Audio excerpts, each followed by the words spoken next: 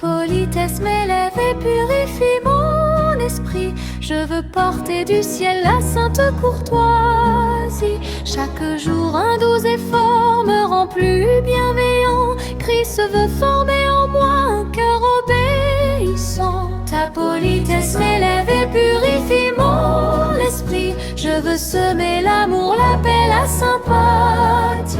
Chaque jour un mot aimant, un geste de douceur montre que Jésus vit et règne dans mon cœur.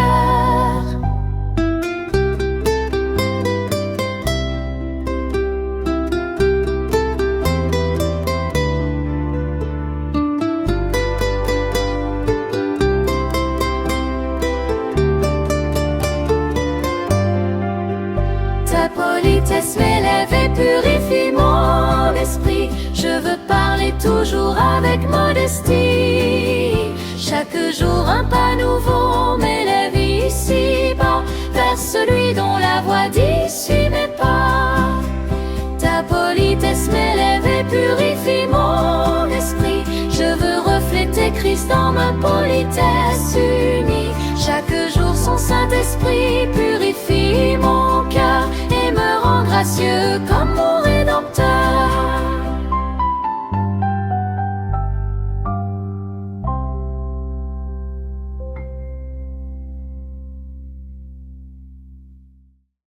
Bonjour les enfants, bon sabbat.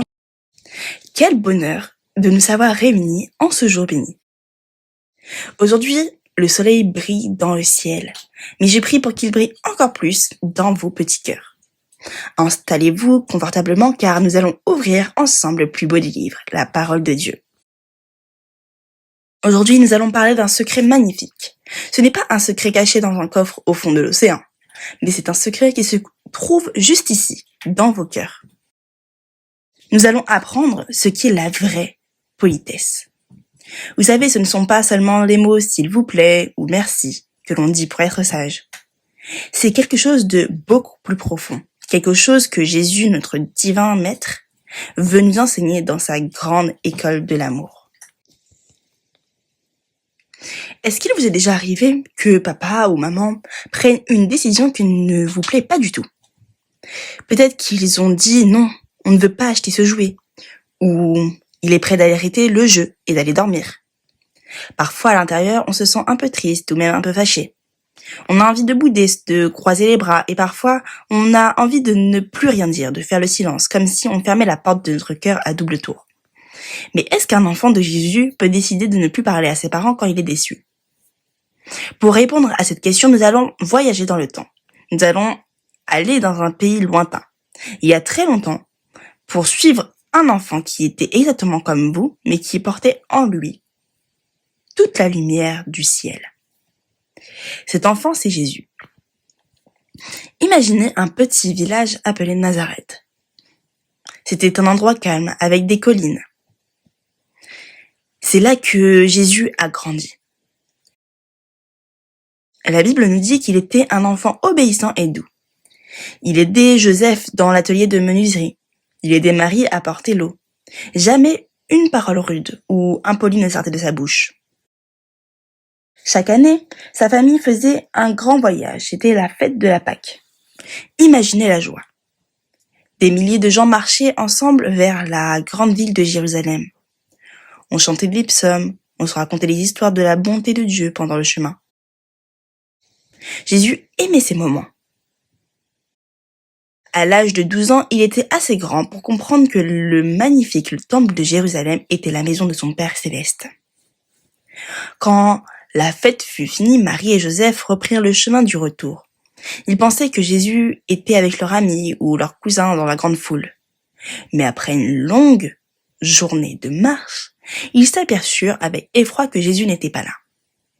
Oh, imaginez l'inquiétude de ses parents. Ils ont couru partout, demandant à tout le monde « Avez-vous vu notre fils ?»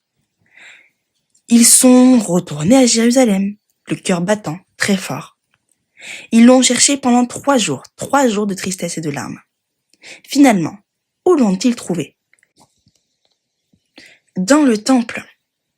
Jésus était assis au milieu de grands savants, de monsieur très âgés et très instruits. il les écoutait et leur posait des questions. Et vous savez quoi? Tous ces savants étaient émerveillés par son intelligence et sa courtoisie. Jésus ne se vantait pas, il ne criait pas, il posait des questions avec une grâce qui enchantait tout le monde. Quand Marie l'a vu, elle s'est exclamée: « Mon enfant, pourquoi as-tu agi ainsi avec nous? Ton père et moi, nous te cherchions avec angoisse. » Jésus a répondu très doucement: « Pourquoi me cherchiez-vous? Ne savez-vous pas qu'il faut que je m'occupe des affaires de mon père ?» Marie et Joseph ne comprirent pas tout de suite ce qu'il voulait dire. Jésus sentait dans son cœur que son œuvre était de parler de Dieu aux gens. Il aurait pu avoir envie de rester là, dans le magnifique temple, à enseigner les savants. Il aurait pu se dire: « Je suis le Fils de Dieu, je n'ai pas besoin d'obéir à des parents humains qui ne comprennent pas. » Mais qu'a fait Jésus? Est-ce qu'il a boudé parce qu'il devait partir? Est-ce qu'il a arrêté de parler à Marie et Joseph parce qu'il l'emmenait loin du temple? Pas du tout. La Bible nous dit une chose magnifique. Il redescendit avec eux à Nazareth et il leur était soumis. Jésus a choisi d'honorer ses parents. Il est retourné dans son petit village et a repris son travail modeste, ses outils de bois, et son obéissance filiale était parfaite. Il savait que la politesse et le respect envers ses parents étaient une façon de plaire à Dieu. Les enfants, que nous apprend cette histoire sur la politesse? La vraie politesse, ce n'est pas seulement dire les mots qu'il faut quand tout va bien. La politesse, c'est avoir de la considération pour autrui, c'est-à-dire faire attention au cœur des autres avant de penser à son propre plaisir. Quand papa ou maman prennent une décision difficile pour vous, le Saint-Esprit veut mettre dans vos cœurs une grâce spéciale. On l'appelle la douceur et la bienveillance. Jésus, à Nazareth, ne s'est pas contenté d'un vernis social. Il aimait ses parents du fond de son cœur. Si vous décidez de ne plus parler à vos parents parce que vous êtes mécontent, vous fermez la porte à l'influence de Jésus. La vulgarité, la grossièreté ou le silence boudeur sont des petites taches sur le vêtement blanc de votre caractère. Mais Jésus veut vous aider. Il veut vous apprendre sa science divine de la bonté. La politesse, c'est comme un petit jardin dans votre poitrine. Si vous y laissez pousser les mauvaises herbes de la colère, de l'impolitesse, les fleurs de la joie vont faner. Et si vous demandez à Jésus: « Seigneur, aide-moi à être doux comme toi », son amour remplira votre cœur. Et même si vous êtes un peu triste d'une décision, vous pouvez parler avec respect et rester unis à votre famille par les fils d'or de l'amour. Rappelez-vous, être poli, c'est traiter vos parents comme vous aimeriez que Jésus vous traite. C'est une grâce du Saint-Esprit qui affine votre caractère pour vous préparer à vivre un jour dans le beau palais du ciel. Cette semaine, les enfants, nous allons faire un trésor de paroles douces. Voici votre défi. À chaque fois que vous vous sentez un peu contrarié ou qu'on vous demande de faire quelque chose que vous n'aimez pas trop, essayez de rester poli en chaque situation. Offrez une pomme d'or. Une pomme d'or, c'est une parole de politesse dite avec amour, comme « Oui maman, je t'obéis parce que je t'aime ». Vous pouvez aussi dessiner un grand cœur et à l'intérieur dessiner une fleur pour chaque fois que vous avez réussi à être poli et doux cette semaine. Ce sera votre cadeau pour Jésus.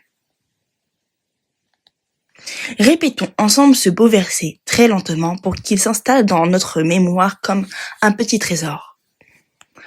Enfants, obéissez à vos parents selon le Seigneur, car cela est juste. Honore ton père et ta mère afin que tu sois heureux. On peut lire cela en Éphésiens 6, versets 1 à 3. Pour terminer ce moment, je vous invite à vous incliner avec moi pour la prière. Père éternel, merci parce que tu as été un enfant doux et poli à Nazareth. Tu nous as montré comment aimer et respecter nos parents, même quand les choses sont difficiles. S'il te plaît, envoie ton Saint-Esprit dans nos cœurs cette semaine. Aide-nous à ne pas bouder par colère. Remplis notre bouche de paroles qui sont comme des rayons de soleil. Merci de nous préparer une place dans ton beau palais au ciel. Sois également avec nous pour le moment d'étude qui va suivre. au nom de Jésus. Amen.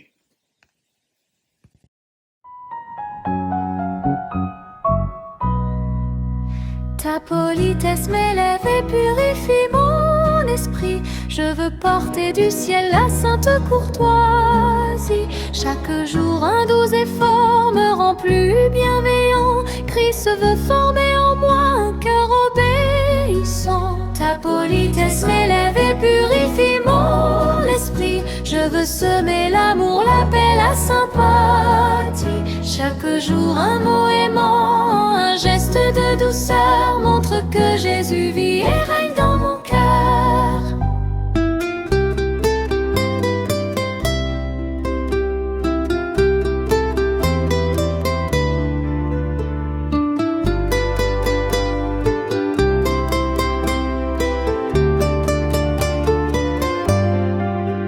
Ta politesse m'élève et purifie mon esprit. Je veux parler toujours avec modestie. Chaque jour un pas nouveau m'élève ici-bas vers celui dont la voix dit suis mes pas.